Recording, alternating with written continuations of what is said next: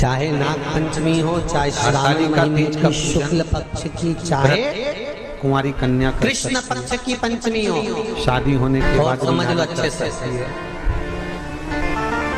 श्रावण महीने की पंचमी के प्राण छूटे तब तक देव महादेव का व्रत नहीं छोड़ना। चढ़ाई गई शमी पत्र, एक आस्तिक मुनि का नाम लेकर, एकादशी। कौन से मुनि? आस्तिक मुनि का नाम लेकर शमी पत्र को वापस ज्यादा शरीर बेकार हो गया, उसको बुढ़ापा आ गया, अपने दरवाजे की चौखट पर कहीं पर भी या चार पर कहीं पर भी एक और आप लेकर रख देने पर इतना भी नहीं बने अंदर शरीर बहुत ही बेकार हो गया, तो सर्प प्रवेश समय फल का फलहार। ध्यान रखिए, सर्प प्रवेश नहीं करेगा। हरतालिका व्रत करने वाली माताएं भले उद्यापन कर दे, शमी पत्र समर्पित तो करने को थोड़ा हल्का कर, शमी उद्यापन करा मतलब आस्तिक मुनि का स्मरण करना, थोड़ा हल्का कर। कौन से मुनि है? आस्तिक मुनि का स्मरण करने पर भीतर घर के अंदर बगीचे में सर्प भी प्रवेश उस शमी पत्र में का तीज का जो व्रत का उद्यापन करते हैं उसमें 5 चीज रखते हैं ना, 5 कपड़े स्त्री के, 5 कपड़े पुरुष के, दौतली और देव, 5 तरह का अनाज, 5 कन्याओं का 5 तरह का फल प्रकट हो जाता है, 5 तरह का फल, वो कन्या 5 तरह का जो फल रखा है हरतालिका तीज के उद्यापन में।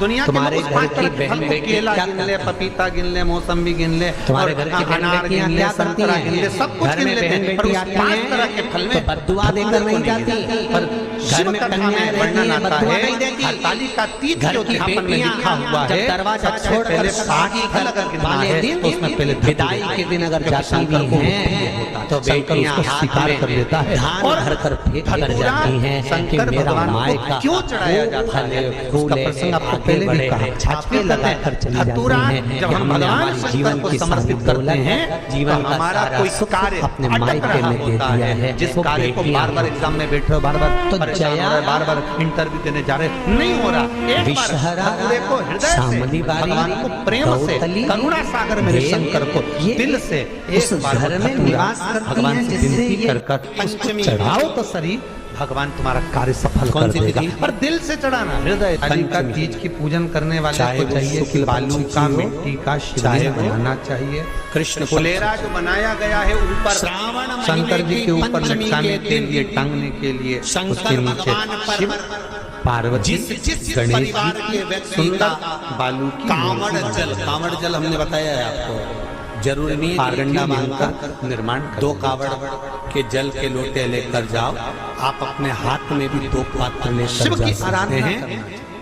पंचमी तिथि के दिन हाथ में 2 लोटे जल के, 2 कलश जल के जब हम शंकर भगवान को चढ़ाते हैं, आपके पास में हो तो ऊपर जो शंकर को कमंडल समर्पित होता है शिव जी के ऊपर जलधारी होती है, जिसमें जया, विषहरा, शामली, बारी, दौतली और देव, शंकर भगवान की 5 बेटियां जिसमें विराजमान सबसे पहली पूजन जब हम जल समर्पित करते हैं। हरतालिका तीज की प्रदोष काल के अंतर्गत हो जाना। पीढ़ी में, परिवार में अगर कोई प्रयास करा करो मर गया, प्रदोश काल के समय पर हमें चले गया होता है, हो जाए गर्भ में मर गया होता है, पर लोगों की आदत के बाहर है 8 बजे तक, 8:30 बजे में चले गया होता 9 है, बजे तक तो पहली पूजन करें, दोनों फिर दूसरी आराम से, फिर परिवार का अगर कोई एक व्यक्ति भी जल में चढ़ा देता है, पर शास्त्र रीति कहती है कि प्रदोष का जो समय होता है, प्रदोष काल जो होता है, शाम का जो समय होता है,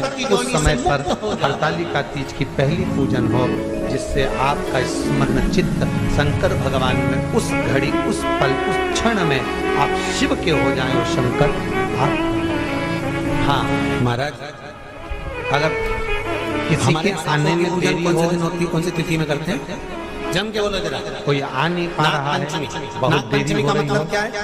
सांपों की पूजन करो। हरतालिका पूजन व्रत वर्णन करता है कि शंकर शिवलिंग का निर्माण, पार्वती जी की मूर्ति का निर्माण, गणेश जी का निर्माण और फुलेरा जो बनाया हुआ है, ये प्रदोष काल के पहले में हमारे बनकर तैयार हो जाना चाहिए। प्रदोष काल के अंतर्गत फुलेरा नहीं बनना, फुलेरा पहले बन जाना चाहिए।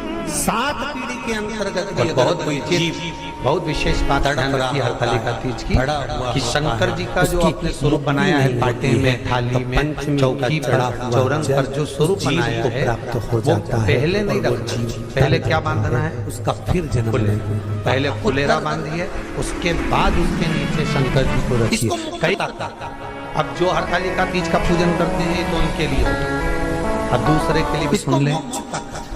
जो नारी हरतालिका तीज का पूजन नहीं करती, व्रत नहीं करती, साधना नहीं करती, उसके लिए भी कहा गया कि आप अगर ये व्रत नहीं करते हो तो एक कार्य जरूर करना, कहीं पर फुलेरा बंधा हो, ये हरतालिका की पूजन हो रही हो, इसी 5 मिनट 10 मिनट निकालकर अपने आसपास के किसी पौधे में से पत्तियां लेकर या पुष्प लेकर 5 वृक्ष की पत्ती या 5 वृक्ष के पुष्प लेकर शंकर भगवान को जब पूजन हो रही हो, 5 मिनट माताएं जब पूजन कर रही हो, तब आप भी उस पुष्प को, उस पत्तियों को शंकर को समर्पित कर सकते हो। ये नहीं चढ़ा सकते तो 5 फल, श्रावण महीने फल नहीं चढ़ा सकते तो 5 कुछ भी पुष्प आदि का देव महादेव पर चढ़ाई गई शमी पत्र क्यों चढ़ाया आस्तिक मुनि का नाम किस लिए चढ़ाना चाहिए?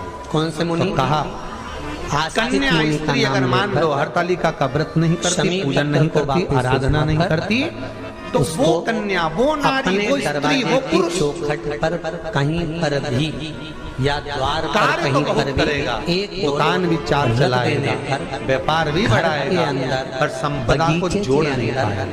1 रुपए कमाएगा, 1.25 रुपए खर्च वाला काम चलेगा। हस्त नक्षत्र में जो तृतीया पड़ती है, हस्त नक्षत्र के अंतर्गत जो तृतीया का महत्व कहा गया है, वो संपदा को बढ़ाती है, मनोकामना को पूर्ण करती है। इस नक्षत्र के अंतर्गत जो तृतीया आती है वो मनोकामना को पूर्ण करकर चली जाती है। इसलिए शिव की आराधना सर्प भी प्रवेश हस्त नक्षत्र में किया गया दान, हस्त नक्षत्र के अंतर्गत तृतीया के दिन किया गया पुण्य, हस्त नक्षत्र में तृतीया के दिन किया गया श्रृंगार, हस्त नक्षत्र में तृतीया के दिन करा गया हमारे अपना सुंदर सिंदूरा भगवान का, तुम्हारे घर की 5 तरह के वस्त्र, 5 तरह के स्त्री के वस्त्र, पुरुष के वस्त्र, 5 तरह का फल, 5 तरह का अनाज, ब्राह्मण को बुलाकर ब्राह्मण के साथ या तो ब्राह्मण से अध्यापन करवाएं या फिर आप स्वयं भी करते हैं। शिव को समर्पित करके ब्राह्मण और ब्राह्मणी को भोजन कराकर वो भाग प्रदान करें। यही हरतालिका तीज के उद्यापन का वर्णन आता है। सुंदर भाव से हरतालिका माता आप सभी की मनोकामना पूर्ण करे। हर हर आगे बढ़े, छापे लगाकर चली जाती हैं कि हमने हमारे जीवन की सारी दौलत, जीवन का सारा सुख अपने मायके में दे दिया है। वो बेटियां तो जया इस हिंगोली की विषहरा, सामरीवारी, गौतली, देव, ये उस घर में निवास करती हैं जिससे भगवान की जिंदगी किसने संवारी? ये नागलक्ष्मी, भगवान ब्रह्मा, भगवान विष्णु और भगवान शिव। वासुकी नाग बड़े, शेषनाग छोटे, इन तीनों की जो अर्धांगिनी शेषनाग की ब्रह्माणी, जिंदगी पर कोई संवारने वाली है, लक्ष्मी तो ये नागलक्ष्मी और पार्वती, ये नागलक्ष्मी जीवन संवार। इन तीनों ने तप कर साधना कर ब्रह्मदेव को, भगवान विष्णु को और भगवान शंकर को प्राप्त किया, और तीनों ने प्राप्त कर तीनों देवताओं से वर मांगा कि वर हमको ऐसा दीजिए कि हमारे तप साधना का फल नारी को जो खाने वाला तीज के दिन प्राप्त हो जाए। अब देखिए जरा, एक ही व्रत से, एक ही उपवास से उसको संपूर्ण तप साधना का फल प्राप्त हो, संपूर्ण तप साधना का फल मिल जाए। देखा जाए तो सबसे ज्यादा सांप, मात्र एक सबसे ज्यादा सर्प, सबसे केवल ज्यादा एक व्रत कर रहे हैं, संपूर्ण तप साधना का फल उसको सर्प अगर कहीं रहते हैं तो जहाँ पान की खेती होती है, जहाँ पर ऐसा कोई व्रत व्रत, ऐसी कोई साधना, ऐसा कोई बेल होती है, सबसे ज्यादा सांप वहीं पर पाए जाते हैं, सबसे ज्यादा सांप वहीं पर है। और जो पान उतारने वाले रहते हैं, पान तोड़ने वाले रहते हैं, पान बेचने वाले रहते हैं, जिनको हमारे यहाँ सहज भाषा में चौरसिया कहते हैं,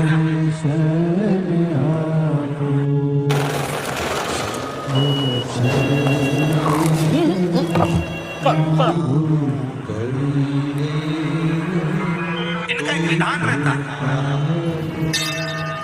कि सांप पान के उस बेल में चारों तरफ रमे रहते हैं। पान की बेल में सांप के बच्चे चारों तरफ भ्रमण करते रहते हैं और चौरसिया पान उतारने वाला बेल में से पान तोड़ने वाला सांप के बच्चों को उठाकर सांप को उठाकर उधर रख देता है और पत्ते तोड़ लेता है, पत्ते तोड़ लेता है। पार्वती जी ने भगवान शिव से मांगा कि ऐसा वर दे दीजिए जिस वर से एक ही व्रत करने से इन चौरसियाओं को कई चौरसिया लोग सोचे होंगे कि हम नाग की पूजन करते हैं, हम सर्प की पूजन करते हैं, नागपंचमी में हम सर्प का स्मरण करते हैं, हमारे कुल देवता के रूप में हम सर्प पूजते हैं, पर कभी चौरसिया ने विचार करा हरियाली तीज करने वाली माताएं को ध्यान से प्राप्त हुआ कि तुम्हें सर्प नहीं डसेगा, तुम्हें कौन सा वर प्राप्त हुआ कि सांप तुम्हें नहीं काटेगा, पान उतारते समय हरियाली तीज पान को ले जब जाते माताएं समय करती सर्प हैं तुम्हें डस नहीं करेगा। तो एक हरियाली तीज, क्योंकि जिस समय पर गणगौर की तीज, भगवान शिव की आराधना करती है, ये दो तीज के व्रत ऐसे होते हैं जिसमें जब माताएं करती हैं तो उस समय पर उमा, एक सहजता उस ब्रह्मणी नागिन को और आते लक्ष्मी, हुए देखता था, नागलक्ष्मी को इन आते हुए तीनों की देखता था। आराधना का फल उसको केवल एक व्रत से प्राप्त हो गया। अब देखिए दूसरा सातुरी तीज, और वो एकांत में बैठा, इसने आकर देखा कि नागलक्ष्मी सेवा में लीन रहती, किसी इसमें उमा और को महेश्वर, आने नहीं देता। उमा और तो महेश, यहाँ तक कहता है कि जब ब्रह्मणी नागलक्ष्मी पूजन और करती लक्ष्मी, थी तो कहा इन चार के व्रत तप का फल ये एक कोई जीव इसके सातुरी पास में तीज के ना आए दिन तो प्राप्त इसको बचाता था वो। अब एक एक आती दिन है हड़ताली नागलक्ष्मी का जब तीज। बड़ी हो गई, आप लोग करते हो हड़ताली का? यहाँ लोग करते कि नहीं करते? करते हैं यहाँ पे हड़ताली का? कौन कौन करते हैं? जरा हाथ उठाओ जरा। अरे सभी करते, रखो रखो, बहुत बड़ी, बहुत अच्छी बात। एक आती है हड़ताली का तीज। नागलक्ष्मी को इस तीज का व्रत माता पार्वती बेल वृक्ष के आनंद के साथ में फुलेरा बनाकर करती है और जिसमें इस हरतालिका में हिंदू धर्म में ऐसा माता पार्वती जी के जितने जन्म पहले हुए हैं, माता पार्वती का जन्म तो 52वें नंबर पर, 52 नंबर पर माता पार्वती का जन्म है। इससे पहले तो माता के 51 जन्म पहले हो चुके, कराते ना ब्राह्मण जन, तो ये कहते 51 जन्म माता पार्वती का पहले हो चुके। तो वो जितने जन्म माता पार्वती पूर्व में ले चुकी हैं, ब्रह्माणी जितनी बार ब्रह्मदेव के साथ में विराजमान हो चुकी हैं, इंद्राणी जितनी बार इंद्र के साथ विराजमान हो चुकी हैं, और लक्ष्मी चाहे वो राधा के रूप में हो, चाहे वो रुक्मिणी के रूप में हो, चाहे वो सतभामा के रूप में हो, चाहे वो यमुना के रूप में हो, चाहे वो गंगा के रूप में हो, जितनी बार माता लक्ष्मी ने रूप धारण करे हैं वो सब रूप में, और माता पार्वती अपने सारे रूप में, ब्रह्मणी अपने सारे रूप में, लक्ष्मी अपने सारे रूप में इस हड़तालिका तीज के व्रत को करने के लिए आतुर रहती हैं। और इस व्रत को कर कर एक दिन में ही संपूर्ण विश्व का जितना तप है, साधना है, उपवास है, सबका फल एक साथ एकत्रित कर लेती हैं केवल एक व्रत में, हड़तालिका तीज।